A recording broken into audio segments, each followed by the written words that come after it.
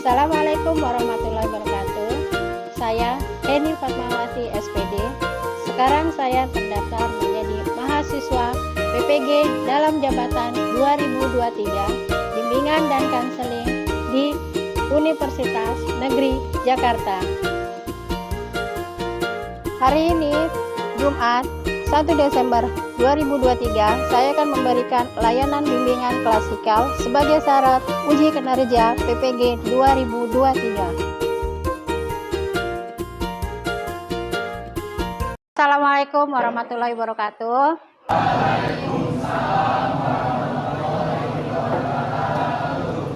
Selamat pagi. Pagi. Sehat semua? Sehat. Yes. Alhamdulillah.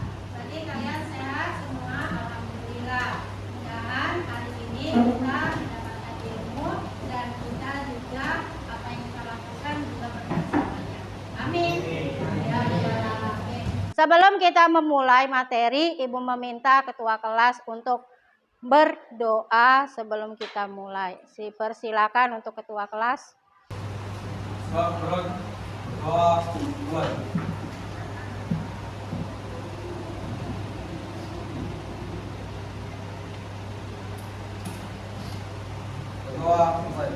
Amin ya rabbal alamin.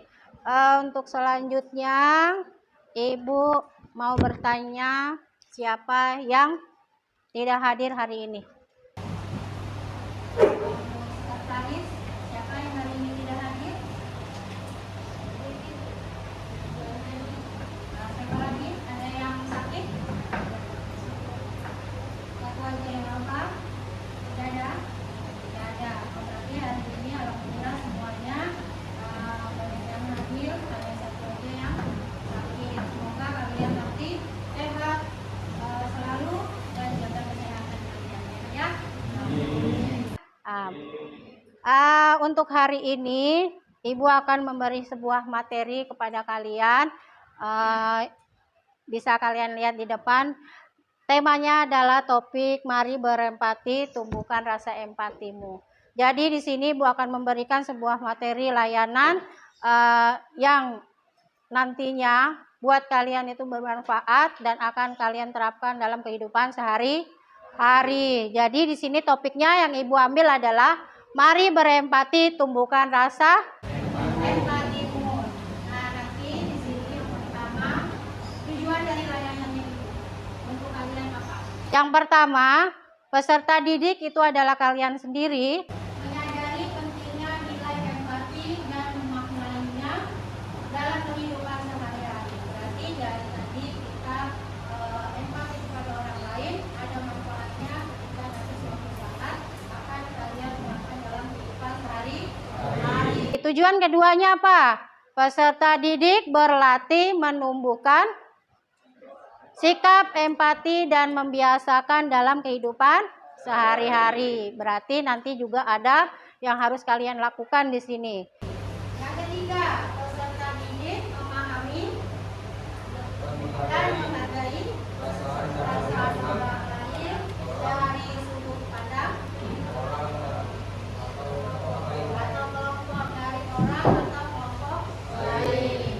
Yang keempat, peserta didik dapat meningkatkan rasa empati, keterampilan komunikasi, kesadaran memahami respon dan bersosial dengan baik dan menerapkan di kehidupan sehari-hari. Intinya semua akan kalian lakukan dalam kehidupan sehari-hari. Ada yang kalian terapkan di sini ya. Nah, jadi ini ada tujuan dari layanan yang akan diberikan. Tadi topiknya apa? Mari berempati, tunjukkan rasa empati. Berarti nanti dari situ kalian akan terapkan dalam kehidupan sehari-hari. Lalu memberikan materi yang akan Ibu sampaikan. Nah, ini kita mulai pengertian empati. Ibu bertanya, ada yang tahu di sini empati apa? Peduli. Apa lagi? Memahami perasaan orang lain. Ada lagi? Apa lagi? Nah, kalau sudah itu tadi berarti yang pertama tadi siapa yang jawab?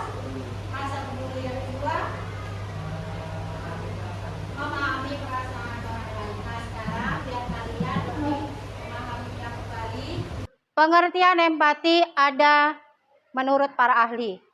Jadi ada 3 di sini Ibu ambil ahli yang sudah membuat penelitian berhubungan dengan empati. Jadi yang pertama adalah Muhammad Umar, itu di tahun 92. Ini sudah lahir belum? Belum. Dia sudah meneliti. Nah sekarang kalian akan tahu apa hasil dari yang dia sudah teliti.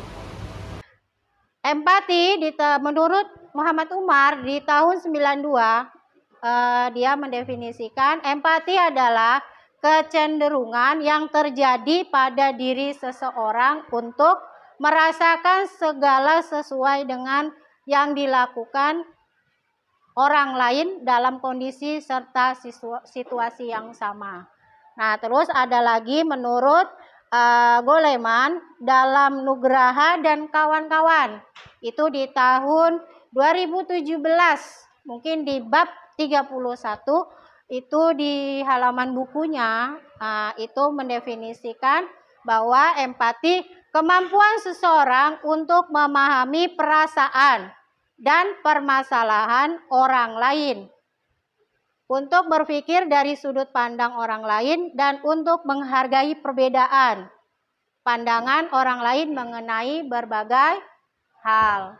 Nah, jadi di sini para ahli itu mendefinisikan empati itu berbeda-beda karena sesuai penelitian yang mereka temukan. Suatu saat kalian nanti jadi peneliti, apa yang kalian akan temukan itu pasti akan disampaikan ke orang lain, dan itu juga sebagai nanti suatu saat dipakai referensi oleh orang lain. Yang ketiga, di sini ada jadi tahun 2000 menyatakan bahwa empati adalah satu bentuk dan mengadopsi perspektif yang dimiliki orang lain lalu menghubungkannya dengan diri sendiri. Nah, jadi di sini kita bisa tahu bahwa pengertian dari empati itu lebih memahamkan kita kepada orang lain. Nah, sini seorang yang memiliki empati dari kalian. Ayo angkat tangan dan nyari kalian sebutkan. Bu, saya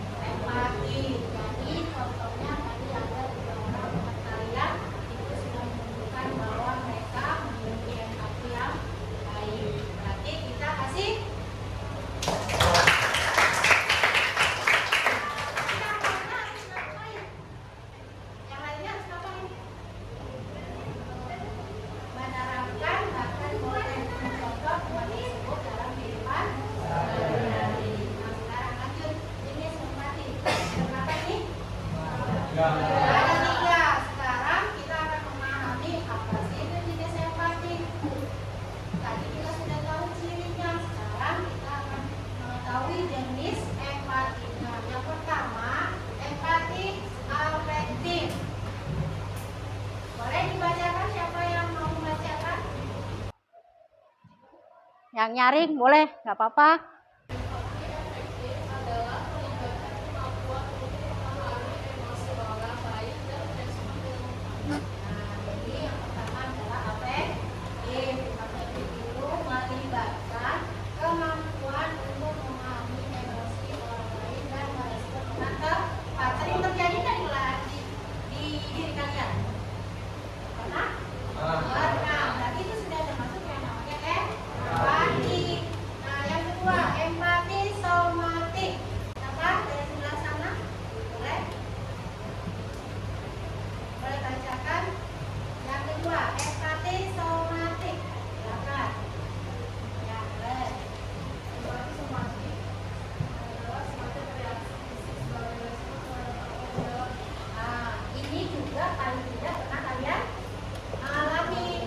Nah, empati somatik semacam reaksi fisik, berarti ada dari tubuh kalian yang punya respon terhadap apa yang dialami. Contohnya, nangis. Tapi kalau teman-temannya lagi bersedih, tubuh ini respon apa tidak? Responnya dengan apa dia? Keluarkan juga air. Nah, terus yang ketiga siapa boleh? Ya, boleh.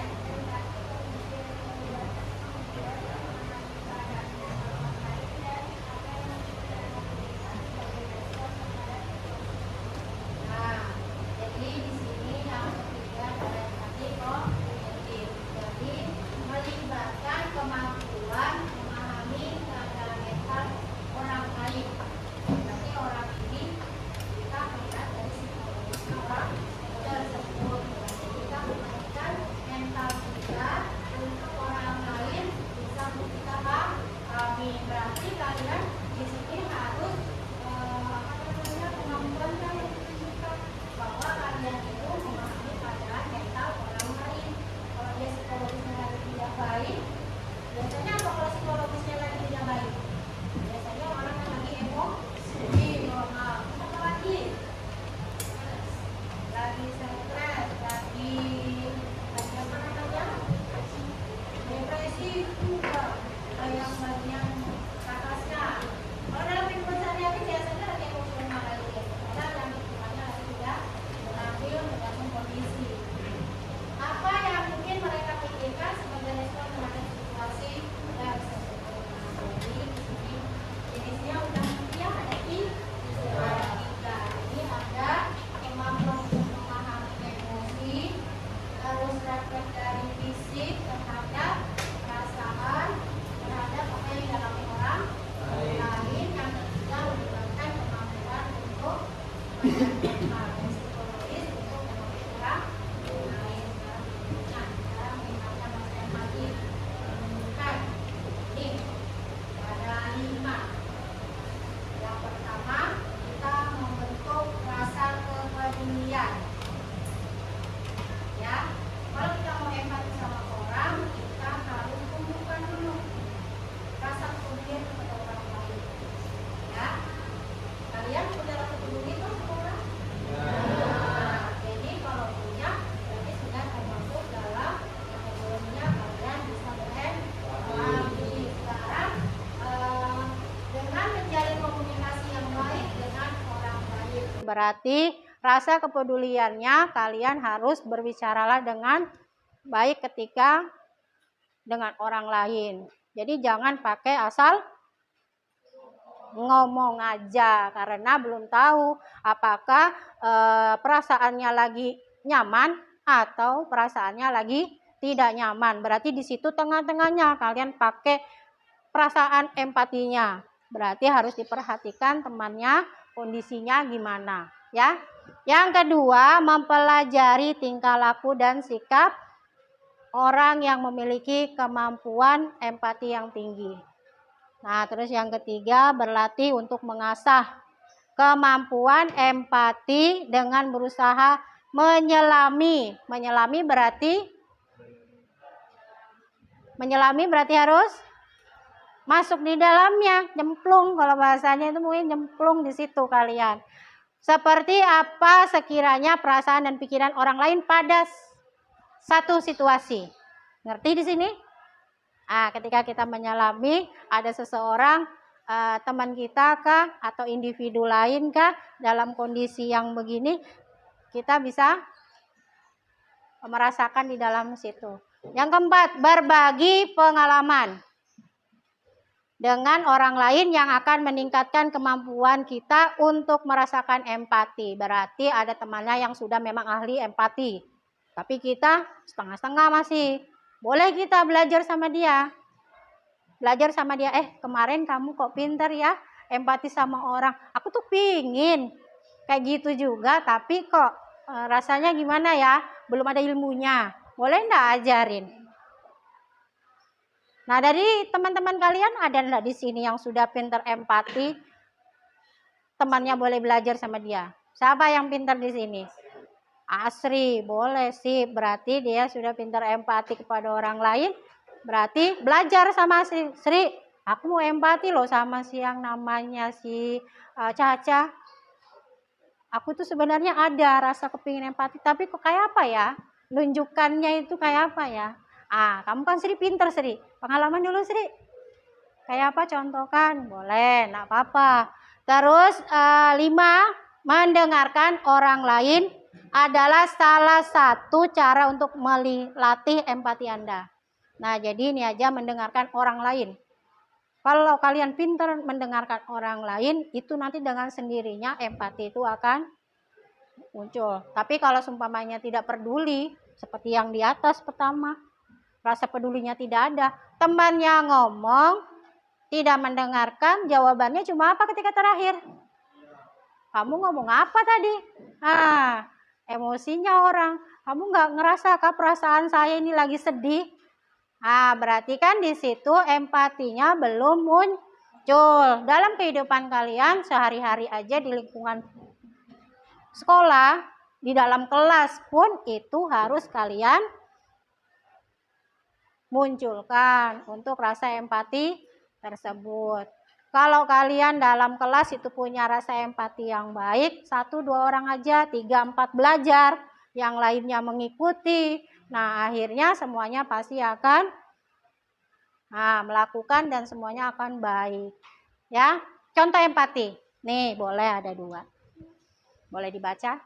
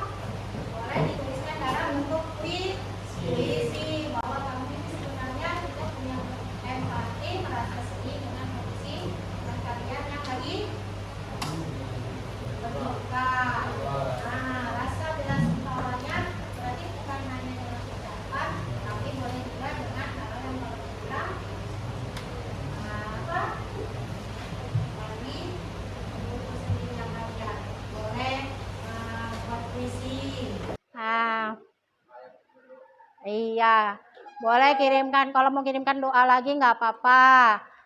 Untuk seumpamanya di sini dia bilang sukawanya orang tuanya yang meninggal. Kalau tahu kan kalau dia itu ternyata sayang banget sama orang tua. Sampai nanti ujungnya di sekolah dianya sedih terus, bahkan tugas terbengkalai, belajarnya juga terkendala, terus apa lagi? Sekolahnya pun kadang-kadang dia jadi agak malas-malesan karena hanya satu masalah dia orang tuanya yang disayanginya itu sudah tidak ada. Ibu minta satu orang, kasih contoh.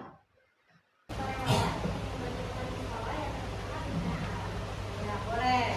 Jadi ketika temannya itu ada mengalami musibah, boleh kita tergerak untuk membantu. Biasanya kita menolong royong.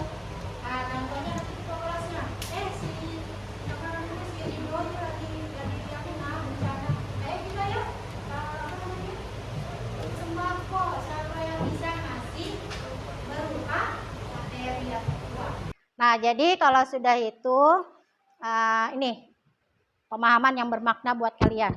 Berarti belajar dari memahami, kamu akan merasa berarti. Baru nanti kita buat kesimpulan dan kita bisa refleksi sedikit apa yang sudah kita dapatkan dari materi yang sudah Ibu sampaikan. Nah, nanti Ibu kasih lembaran dan itu akan Ibu minta hasil. Nah, Ibu kirimkan lewat grup ya. Boleh kalian nanti jawab, Ibu kasih waktu dalam 5 menit. Kalian boleh kumpulkan.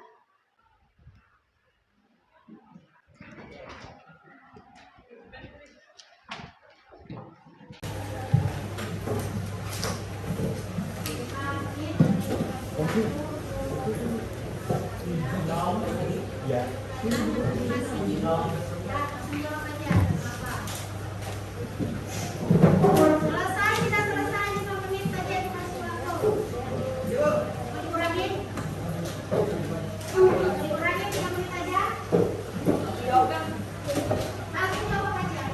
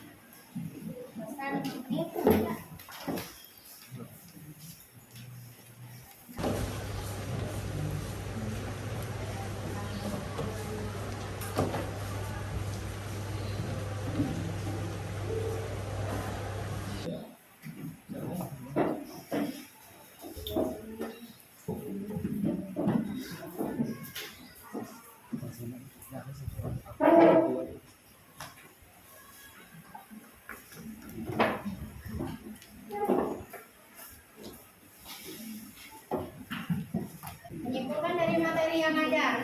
Kita bersama-sama menyimpulkan. Pertama, kepedulian dulu kepada orang lain. Bisa untuk mendengarkan, selain itu apa lagi?